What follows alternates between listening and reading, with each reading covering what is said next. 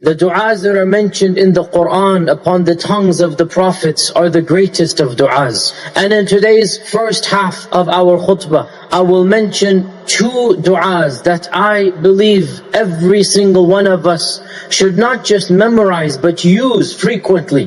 The first of them is the du'a of the Prophet Ibrahim, and the second is the du'a of the Prophet Yunus alayhi salam. And both of these du'as were said at times of great difficulty, at times of distress, when it appeared that there was no hope left. What du'a did the Prophet say when all hope of this world was cut off? And Ibn Abbas narrated that when the Prophet Ibrahim was about to be thrown into that fire. What fire is this? This is the fire of Namrud. This is the fire that for 3 days and 3 nights it was made hotter and hotter. The fire that they wanted to punish Ibrahim with when they accused him of destroying their idols. And instead of responding back, he mocked them and said, no, must be the other idols who killed the biggest one. They must have been jealous of him. So this young boy Ibrahim, probably 14, 15 years old, this young boy Ibrahim alayhi salam, and we learn from the traditions, he was the only Muslim on earth at the time. There was no other Muslim other than him at that time. And he believes in Allah and he rejects the idols. So when these evil people, when these mighty kings surround him, and they tell him, unless you apologize and come back to our way, we will kill you in this manner. And they torture him for 3 days, and then they make this fire, and before they throw him in, what does he say? Ibn Abbas said, when Ibrahim was about to be thrown into the fire, he said, Hasbunallahu wa ni'mal wakeel. So what is this dua? And what does it mean? And why is this dua so powerful? And why was it so effective in the lives of these prophets? The phrase Hasbi Allah means Allah is sufficient for me. I don't need anybody else. Hasbi Allah. I only need Allah. Wa ni'mal wakeel. And what a perfect wakeel here means, not just protector, but someone whom I delegate my affairs to. Someone who will take charge of what I need to be done. You can only say Hasbi Allah when you know who is Allah. And then you put your trust in Allah subhanahu wa ta'ala. A heart that doesn't have iman, a heart that is ignorant of Allah, cannot say Hasbi Allah. When you say Hasbi Allah, you are affirming the power of Allah, the love of Allah, the fact that Allah knows who you are, what you're doing, how much you need Him. When you say Hasbi Allah, you are saying, oh Allah, I recognize that when you decide to do something, nobody can come between you and your will. There is no strength, there is no power other than you. When you say Hasbi Allah, you say, I don't care who is against me. If Allah is on my side, that's all that I need. Imagine the heart of Ibrahim alayhi salam. Imagine surrounded by a city, an army. The mightiest king alive is in front of him, threatening him, torturing him. He's a 15-year-old kid. His own father is on the side of the prosecution. Just imagine. Not a single soul in the world to help him. Yet what does he know? Allah will protect me. Hasbi Allah. Oh Allah, you are in charge of taking care of these mighty armies. Oh Allah, I turn to you. You will deal with this fire. You will take charge of this whole world that has gathered against me. So what happens when Ibrahim is thrown into that fire? The fire itself becomes a garden for him. A garden, a pleasant walk in the park. It becomes beautiful, fragrant, green, cool. This is what happens when you put your trust in Allah subhanahu wa ta'ala. And Allah tells us in the Quran, وَمَن يَتَوَكَّلْ عَلَى اللَّهِ فَهُوَ حَسْبُهُ. Whoever truly trusts in Allah, Allah will take care of him.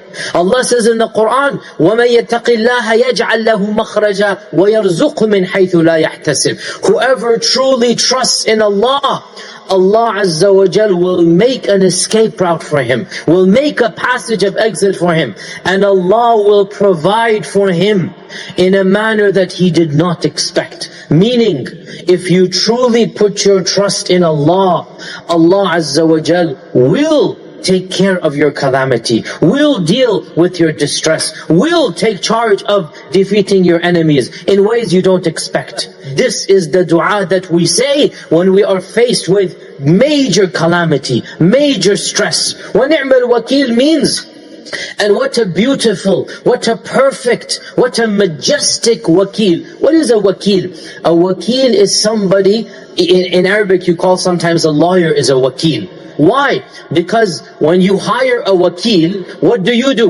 You sit down and you let the wakil do the business for you.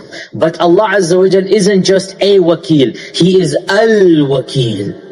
Al-wakil means you trust Him for everything. You delegate everything to Him, that Allah will take care of this. He is the al-wakil. I can't do it, oh Allah, I need you. Hasbi Allahu wa ni'mal wakil. I put you in charge, oh Allah, and you are enough for the job. You are enough to take care of me because you are my Rabb. So this is the first dua. Let us memorize it. Let us use it. And the second dua, which is also used at times of distress, at times of difficulty. I wanted both these duas to be, because we go through all types of difficulties. Every one of us, life is nothing but difficulties and one tragedy after another. This is the reality of life.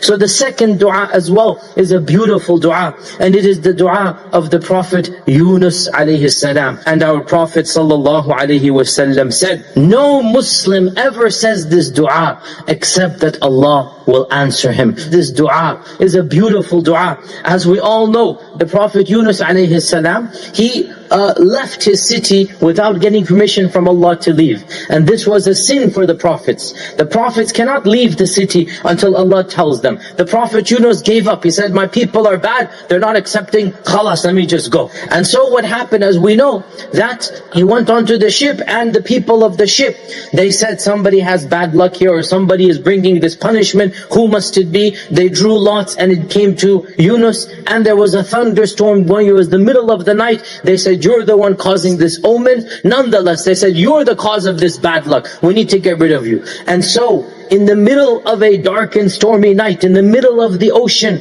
when the thunder is going and the rain is pouring, complete darkness, they pick Yunus alayhi salam and they fling him over the ocean. Just think about that. If any of you have ever been in the middle of the seas, how terrifying it is, even on a beautiful day, if you fall into that ocean. Imagine in the middle of the night, when the waves are coming, and the thunder, and the rain, and they throw him into the middle of that darkness, and he plunges and plunges and plunges, and as you all know, then Allah Azza wa Jal causes a fish, a whale, to swallow him. And the whale takes him deep, deep, deep down the depths of the sea. Imagine not able to breathe, completely blind in the depths of the ocean. And Allah Azza wa Jal says, what did he do? He realized he made a mistake. So what? Allah says, وَنَادَى فِي الظُّلُمَاتِ. He called out in the depths of the darkness. Wallahi, how much darkness was there? The darkness of the night, the darkness of the depths of the ocean, the darkness of the inner chambers of the whale. Darkness over darkness, would have died of fear.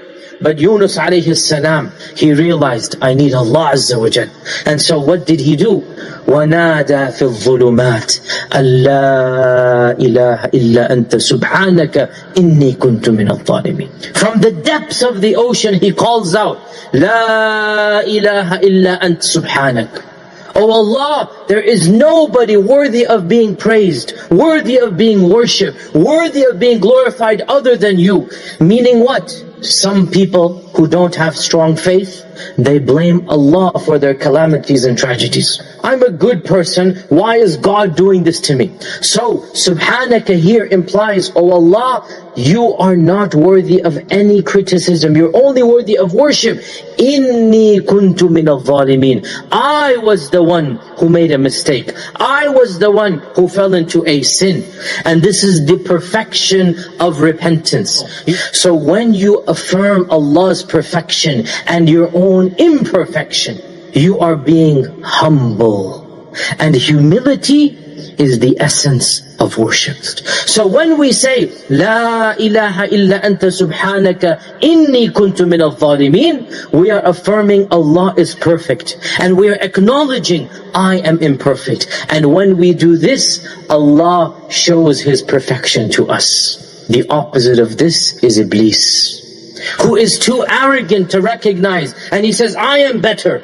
I am the one who deserves this. What happened with Yunus alayhi salam? From the depths of the darkness, the whale comes all the way to the top. At the crack of dawn, at the break of dawn, the sun is shining now, and the whale goes all the way to the shore and spits him out onto the shore. And so Allah Azza wa Jal says in the Quran, فَنَجَّيْنَاهُ مِنَ الْغَمِّ, we were the ones who saved him from his distress. And then, listen to this phrase and memorize it, brothers and sisters. It is one of the most optimistic phrases in the Quran. وَكَذَلِكَ نُنْجِي الْمُؤْمِنِينَ. And in this manner, when the mu'min says, La ilaha illa anta subhanaka inni kuntu min al-zalimin, in this manner we shall save all of those who are in distress.